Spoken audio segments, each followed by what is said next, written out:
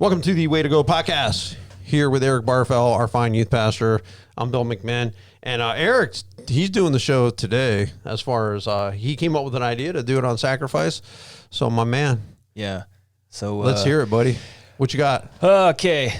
So I don't know. This idea has been on my mind, on my heart for quite some time now in the sense of what do we sacrifice now today. So giving a little history on it, you know, the book of Leviticus, not exactly a riveting book to read in our Bibles today, that is for sure. But they made animal sacrifices. They made all kinds of different sacrifices. Right. What was the point of the sacrifices? Why were they made? Atonement, Thanksgiving. Mm-hmm. I mean, it's pretty much a man's relationship with God. I mean, completely. Yeah. So if I want, some sacrifices were to say thanks to God. Some sacrifices were to get atonement for my sin because I've done something that I shouldn't have done. Yeah, exactly. So there's loads and there's different kinds. There's multiple different kinds of sacrifices. Some different reasons for sacrifices as well. But ultimately, come from Leviticus chapter 4, verse 35. He talks about they shall remove all the fat, just as fat is removed from the lamb of the fellowship offering, and the priest shall burn it on the altar on top of the food offerings presented to the Lord. In this way, the priest will make atonement for them for the sin they have committed, and they will be forgiven. Right. So it's this idea of when you sinned, you made this sacrifice in order to be forgiven. Mm-hmm. Ultimately saying that when these Israelites sinned, it literally cost them something. There's a consequence. Right. And not only that, there were some rules for the sacrifice that had to be made. One was it had to be dang near picture perfect animal without defect, without blemish. The goat born with 3 legs, that doesn't cut it. It's got to be the good one. Number 2, the person offering the sacrifice had to identify with the animal. Number 3, the person offering the animal had to kill it themselves. Right. Now, when we kill animals today, it's this. Right. It's this. Right. It doesn't cost much for us to do it. Right. It's pretty simple. So, all that to say, it cost something. Right. It took something out of us. Right. Out of them. And so you're saying for our relationship with God, what are we sacrificing? Mm-hmm.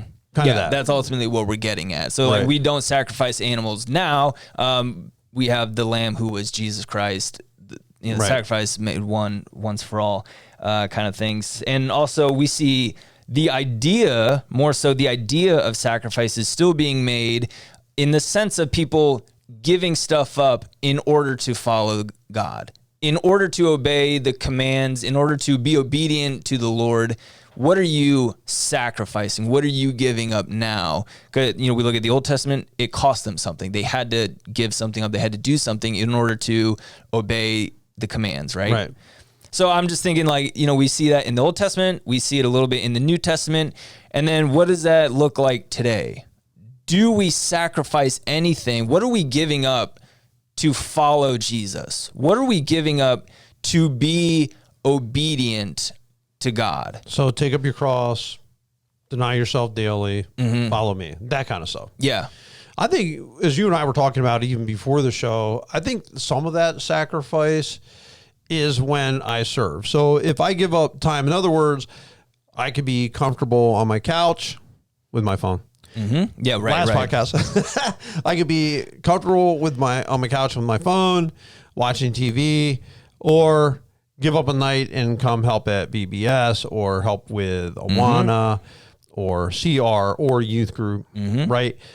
And that's a sacrifice. And I, by the way, a lot of people in the church do make sacrifices. I very much appreciate the volunteer army that we have. And I recognize that it takes a sacrifice of time.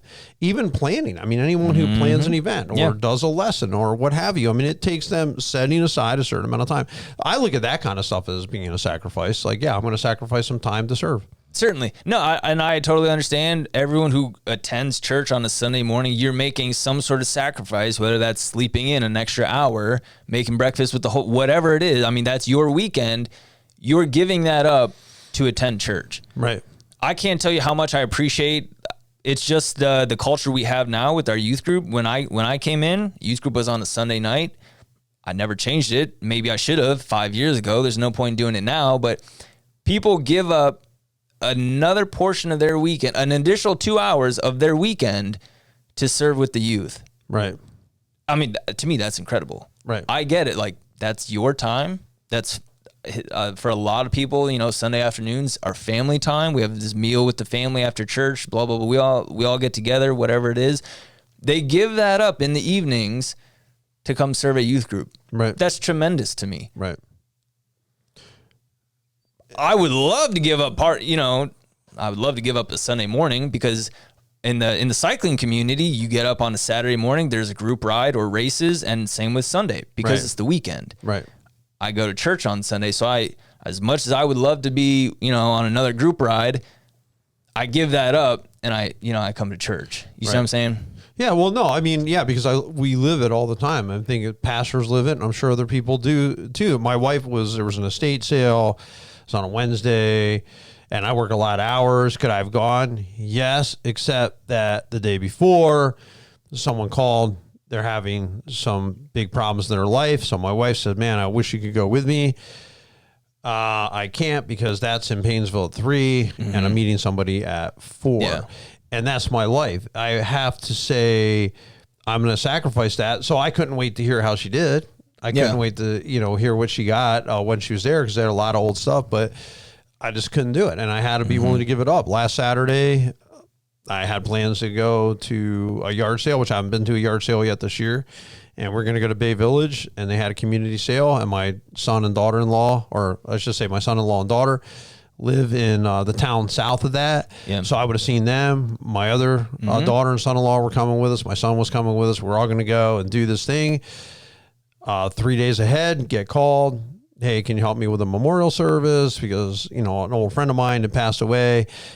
And so Jerry and I talked about it and prayed about it, and, just felt, what would the Apostle Paul do? The Apostle Paul would take the chance to give the gospel, because giving the gospel is more important than me buying something cool that God will make up to me anyway. You know what I'm saying? So, yeah, the sacrifice. Was it a sacrifice? Yeah. I mean, for sure. I mean, I'm sacrificing time with my family to help somebody else, but I also realize, and that's life. That's how it goes. Yeah. So, how do you feel about sacrificing? I mean, especially time, because you can't make up more time. You don't get more time back. You can always make more money. Is one harder for you to give up than another? Well, I mean, usually you're in patterns of giving. So it's, if you have a fundraiser, no, that's not hard to give up at all. I mean, that's pretty easy. I think the time is more significant to me, because I'm already running. People that I talk to, like normal people in the world, not even people from church, just friends I have, and they're working 40 hours a week. They can't even relate. And then they tell me how busy they are. Hey, we can't really help with this because we're so busy working 40 hours a week. And I'm thinking to myself, okay, I'm working on average 57 and a half hours a week. I'm working over 2 days more than you are in my schedule than what you have. Yeah, I would say time is definitely a factor. To me, I would advise anybody, you need time for your family too. And you can't just, because there's always great things to do. There's great things to do. There's good things to do. Pick the better things to do, but you can't do everything. If you went by I have to give my life and sacrifice, you will do nothing but, there's every day there's something to do. Right. So then you have to choose, where am I sacrificing? But it's got to be in the portfolio. In other words, you can't, between the person being out every night sacrificing, I would say, no, you got a family. And then there's people doing nothing. Let's get these groups and meet in the middle. You know what I'm saying? Right. Like if everyone, I've always said this, if everyone came to church on Sunday morning, everyone served at some point in the week, and everyone did a Bible study, you'd be pretty solid. If everyone did that, like every single person, I'm going to be there Sunday, I'm going to serve somewhere, and I'm going to go to a small group somewhere. I'm going to be involved in people's lives somehow, some way during the week. We'd probably efficiently handle every single thing there is here to do. Oh yeah, no doubt. No, I'm with you. I'm with you 100%. And in some ways, it's like, people just are not willing to give up one of their nights out a week, or they got something else. They're not willing to join a small group, because they choose to do something else. They're not willing to serve in any capacity, because that's their time. I think you have to look at the value of what you're doing. So let's say Mark, he's over here praying at 6:45 in the morning on Sunday morning. So, I hear him talk about it a few times. So I started thinking about it. Well, maybe I'll just outline. Instead of outlining Saturday night, maybe I'll just come over and pray then. And then I'll do the outline. Then I'll practice. Then I'll preach it too. Because I always practice on Sunday morning anyway, but I'd have the outline done on Saturday. I'm like, well, I mean, because he's done at 7, that gives me an hour and a half between that and the service. Yeah. You know what I'm saying? Like that's a long stretch. But because they're practicing their worship set. Right. So, I mean, there's stuff they're doing. So I'm like, well, if you do your outline, if you practice, that would be about right. But yeah, am I going to sacrifice a little bit of sleep? Yes, for the benefit of praying and seeking God's help, which I think we need. So, because somebody asked me, why are you up here? Why did you do this? You know, as soon as I'm there, as soon as it's over, why did you come here so early? I'm like, or maybe my wife even asked, I said, because I want God's help. That's why. And a lot of mornings, if you're not careful, you'll get here and haven't even prayed. I'm like, well, at least they're setting aside a time of prayer. You'll know you have that covered if you show up here. Right. And I'll feel good about that. Right. And so I would say that's a little bit of a sacrifice. You know? No, I mean, I think about the 40 days of seeking God that we finished a couple months ago. We did as a church. It's like, who actually sacrificed, did the fast, sacrificed, gave up eating for the 24 hours, whatever it is, in order to seek God? And to me, it's just kind of like, where are your priorities actually at? Or maybe not eating, but like, you know, what did you give up for the full 40 days, opposed from just the fast Fridays? Did you actually do it? Right. How, essentially, to me, it kind of comes down to like, how devoted to obeying God, seeking God, chasing after God are you actually? Are you willing to give this up? Right. Nothing good is going to be accomplished without sacrifice. You know, I've told my kids all their days growing up, hard work and success go hand in hand. There is no easy way.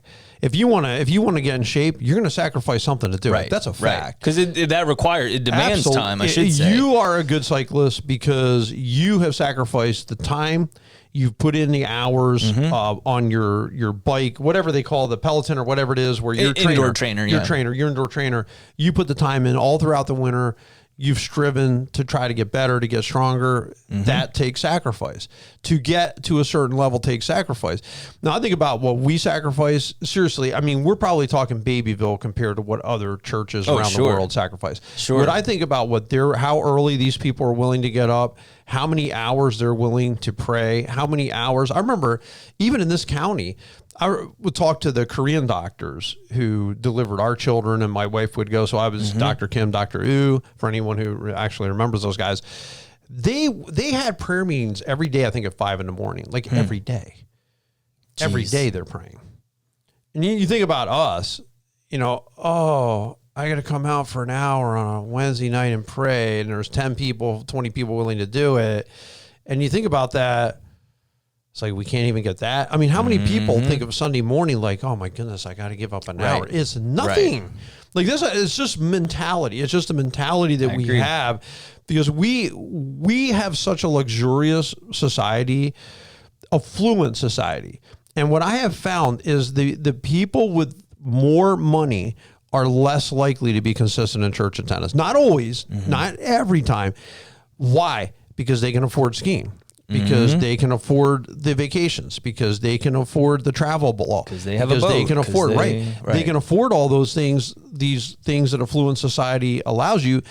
Then all those things are sliding into Sunday mornings, and so we're out at our special camp spot, we're out at our special thing. Okay, don't allow affluence to keep you from sacrificing, because the fact of the matter is, Eric, you have to have a balance between service and laying up treasures in heaven, and what you do on earth. All this fun stuff you do is great, but it's only great for here. The only reward you're ever going to get is the satisfaction you had at the moment you did it. There's nothing eternal there. What is eternal? You're going to get to heaven someday. If you haven't served, you're going to be a pauper. Right? Yeah.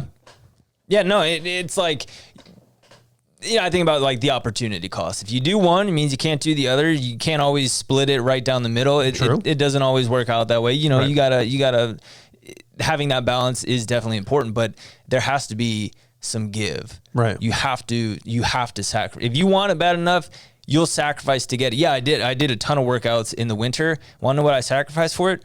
TV. Right. I mean, it's not even a sacrifice. It's like it's more habit, really. We don't really watch TV. Yeah, we don't watch movies. Too. You gave up. You had to make yourself uncomfortable. In other words, to be fit and to do what you did meant that there was 45 minutes, an hour of your day, you were not comfortable. It is not comfortable pushing yourself on that bike. Right. It's not comfortable running. Running is not, for me, comfort. Yeah. It's hard. I'm breathing hard. Yeah, it requires Sometimes work. my foot hurt. But I'm making that sacrifice for my health. I'm making that sacrifice because looking ahead, I'm saying, well, I'd like to walk around with my grandkids someday, and I'm already pretty old and don't have one yet. When that day comes, I do have a grandkid, and they're up running around. I want to be able to be with them. So let's say I hit 70, Lord willing, maybe I'll live to 80. I'd like to be a healthy 80-year-old. Right. I always, my whole life, have thought ahead. Okay, where are you headed? Where are you going? Same thing with eternal rewards. What have you done? Even sometimes I think of myself as a minister, and yeah, I put a lot of hours in, but you've got to think too, what have I given up? What have I sacrificed? What have I done for the Lord? What's really counting here? You know what I mean? That's really making a significant difference for this kingdom. I think all of us have to challenge ourselves on that. Yeah, definitely. And we see examples in scripture. Some people were very willing to give up stuff. When Jesus called his disciples, he says, come and follow me. And it says immediately they left the boat, their father, and they followed him. Yeah, right. When he calls his disciples, they up and leave. At once, they got up and left and followed him. They set down their nets. And it's like, I just say this tongue in cheek, but it's like, what did the dating process look like? Did some of these young guys have girlfriends back home? Did they have a wife and a family? You know, he left his dad. They left their job, their livelihood to follow Jesus. I'm sure they were married. Yeah. So, again, this idea of sacrifice, they left it. They laid that down because they wanted to follow Jesus. Right. And then on the flip side, we see, I think it's the rich young ruler in Luke chapter 14. He's got great wealth. He says, Master, what must I do to inherit eternal life? He says, you're doing this, this, and this, but you lack one thing. Sell all your possessions and give it to the poor. I would have a time with that. Yeah. He walked away sad. And we can assume from that, he did not inherit. He did not make that sacrifice. Right. Because he liked what he had. He was not willing to give it up. Right. Absolutely. Well, think of you mentioned the rich young ruler. Then there was the landowner, the wealthy man who had a bumper crop. And so instead of being generous, instead of saying, I've got way more than I need, I'll share it with those who don't. What he did was he said, I'm going to build bigger barns. I'm going to eat and drink and be merry. I'm going to go have a good time. And God said, you fool, tonight you're going to die. Your soul's going to be required of you. Then what's going to happen with all the stuff? And Jesus says, so is it with everyone who's not rich toward God. This is the question. We're a rich society. Are we rich toward God? Are we praying? Are we reading our Bibles? Are we serving? Are we sacrificing? Because even taking the time to, let's say, pray with our wife, or the time to, I'm not saying these are hard things. I'm just saying if they do take time. Reading your Bible is certainly not a hard thing. Right. But you got to maybe say, I'm not going to look at the news right now, and I'm just going to take some time, think about God. It still takes surrender to do it. Right? Yeah. No, I tell my students, I'm like, I could take a survey, and it's like 100% of you are ready to take that next step in your faith. You want to hear from God. Are you willing to stop playing Xbox for 20 minutes a day to hear from God? Right. He's not going to talk to you through the Xbox. He's going to talk to you through the reading and studying the Word, through spending time with Him in prayer. Everyone wants that little bit more of God. They want to go deeper in their faith. Here's what you have to do. Are you willing to do that? Right. And that's where you lose everybody. Right. Because they're not willing to make that sacrifice. Wow. I've noticed something in my life in the outdoor world. When I was steelhead fishing, once you got past what we call the tourist hole in Ashtabula, you'd hardly ever see anyone. You put a mile between you and that parking lot, buddy, you're practically by yourself because there was no one willing to put in the work. I see it with kayaking. I was out there. It was a killer night. I would say I saw 2, 3, 4, 5 total kayaks out there on the Ashtabula on a gorgeous warm night, beautiful sunset. 5 others besides myself and Jerry. Right. 2 were YouTubers. 1 was an Instagram person. And these are all people that I just met for the first time that night. 1 I knew of because I said, hey, are you Mac Pictures? He goes, yeah. Are you Venture Vibe? I said, yeah. Nice. So this is the first time we got a chance to actually talk to each other. No one there. I mean, I see this all the time. I'm out there. I'm like, because no one wants to put in the effort. They want to see a sunset. And I know photographically, I'm bringing this stuff back to people. They're not going to walk to the falls. I know they're not.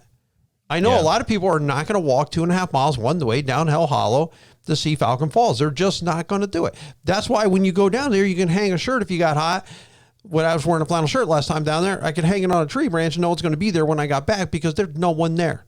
Mm-hmm. There's not going to be anyone there. Yeah. Why? Because no one wants to work. I think it's not just in spiritual things. I think it's in general things. I think it's when it comes to fitness. I think it comes to diet. It comes to maintaining your yard. It comes to a lot of things. We're just, I don't know, man. I guess, I don't know if we're stuck or if we're just caught up in doing less productive things. Maybe we need to stop doing less productive things, start doing more productive things. Yeah, absolutely. No, and a lot of it, per our last podcast, you know, you got to put that phone down because I hate the excuse, oh, I have no time. Well, is it you have no time legitimately, or you're not making Was time? it you that just put that up there, that one post? I just saw a post about that.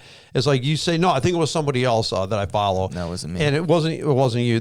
But it was like, I don't have time to go out and hike or walk, but you had time to watch Netflix. Right. Exactly. I didn't have time to do this, but you had time to do this. It's like we're making excuses. When we say we don't have time, like you said, do we really not have time or not? Well, hopefully there's something we said in this whole thing, and I appreciate you, Eric, bringing up the topic of sacrifice, because I do think it's got to hurt at some point. You know, Christianity's got to hurt a little, right? We got to give something up. Jesus Christ went to a cross. I'm going to give up a Sunday morning. I'm going to give up some time to serve. I want to help others. I want that in my portfolio that I've served the Lord. I want that in there. So have we sacrificed? Do we feel it? And so that's a great question, a great concept, something for us to ponder this week. And Eric and I both hope you guys have a blessed and awesome week.